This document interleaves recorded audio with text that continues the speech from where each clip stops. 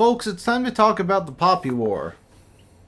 I guess. This is a 2018 grimdark fantasy book written by Rebecca Kuang, and as you probably know, I've been planning on reading this one for quite a while, especially after reading Kuang's latest two books, Babel and Yellowface, which are some of my favorite reads of the year so far. But before those two hit books, she wrote the Poppy War trilogy, so I wanted to go back and see where it all started. So the Poppy War follows Rin, who is a young girl who lives in a small village in the nation of Nikan. Apologies if I'm messing up any of these names, it is all based on Chinese history and culture, but I'll try my best. Now Rin is very upset when her family tells her that they are going to marry her off, so deciding that she would rather die than have that happen, she decides to enlist in the military. There have been many wars known as the Poppy Wars in the nation's recent past, and it seems like they might be getting ready for another. So the military is very desperate for soldiers of all types. So Rin proceeds to study her ass off in order to get into the top military school in the country. As she attends, she meets friends, forms rivalries, begins to hone her skills as a martial artist, but she slowly begins to realize that there is something a bit different about her.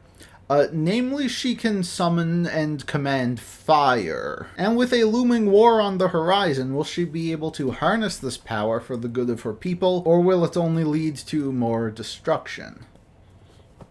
So this is kind of a weird book. It kind of feels like two books in one. You have the first half, which follows Rin as she attends this school. And it gives off a very, magic school type of vibe here. You know what I'm saying, she's attending school, and yes, while the subject matter is pretty dark, they're all training for war, but it's got the quirky teachers, it's got all the specialized subjects, and with tournaments and magic thrown into the mix, it really feels at home with that genre, those type of stories. And for the most part, it was pretty enjoyable. I did really like seeing Rin's growth as a martial artist, as a potential soldier. I enjoyed seeing her form friendships and rivalries and relationships with certain teachers. Being from a small town and an unknown family, she is very much an outcast, so it was sort of like a classic underdog story, and seeing her rise above her peers was pretty satisfying. I did mention her determination earlier, and that is a very common theme. She really goes to extreme lengths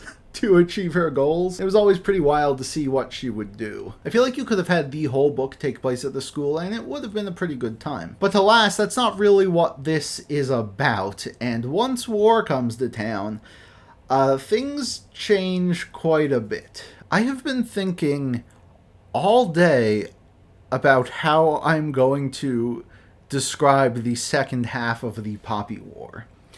And I'm having a very difficult time with it. Because, on one hand, it's really good. It is really good. It gets its themes across incredibly well. It is very interesting to see this war play out, all of the battles, all the socio-political ramifications of everything. I think the questions the characters are forced to ask and the decisions they are forced to make is some really fascinating stuff. I do think Kuang's later books have gotten better. Her writing has definitely improved. But the fact that she wrote this when she was 20...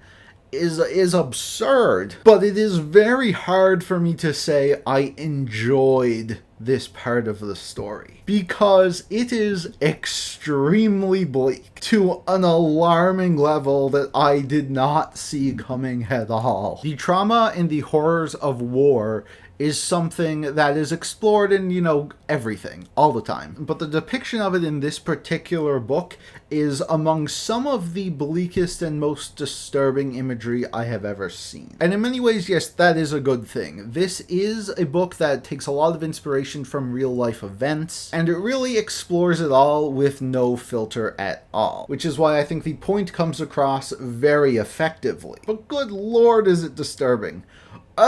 Some really, really bone-chilling stuff in this book, and I can't stress enough, if you're sensitive to certain topics, look up the content warnings for this one, because it is, Now, I read a lot of dark books with a lot of things similar to what's shown in the Poppy War, but I think the difference is that, like most other books I've read like this, do have moments of levity, whether that being really fun dialogue, some super exciting moments, mind-blowing twists, that sort of get you excited and make you feel things other than dread.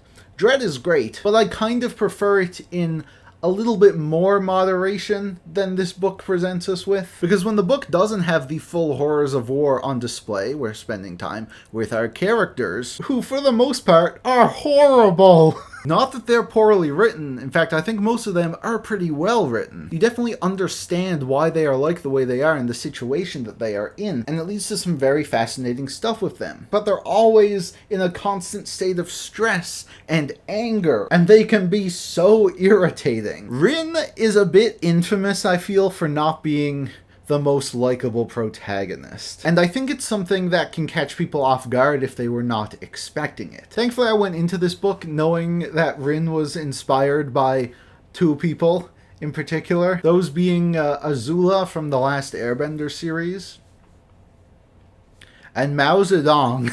So she's gonna do things you're not gonna agree with, and you're not gonna like, and you kinda just have to deal with it. It's really frustrating because I know that this book really did what it intended to do, but I also feel like it took years off my life. I will say this though, it did set up what I think is a very interesting premise for a sequel, and of course there are 2 sequels, so that's a good thing. But I gotta say, I might not be able to get through this series as quickly as I originally thought I would. Especially if the other 2 books are like this. Specifically like the back half of the first one. You'll have to let me know, because I think I need a break. Like, overall, yes, this book was good. It was even great. I'm giving it a 4 out of 5 stars. But it comes with a major caveat that, like, you gotta be ready. You gotta be prepared for what you're about to get into here. And the first half of the book does not really give you a taste of that. And, you know, it was definitely intentional. The stuff in the second half comes as much more of a shock because, you know, the first half was not light, but we'll say lighter. But yeah, so I'm definitely glad I've read it. I'm definitely interested in reading more, but I think it's going to be a bit before I read the sequel. Thank you all for watching. Let me know your thoughts on the Poppy War in the comments down below, and I will see you next time for a review of the Heroes of Olympus series, which quite a good deal lighter. Yeah, nice breath of fresh air.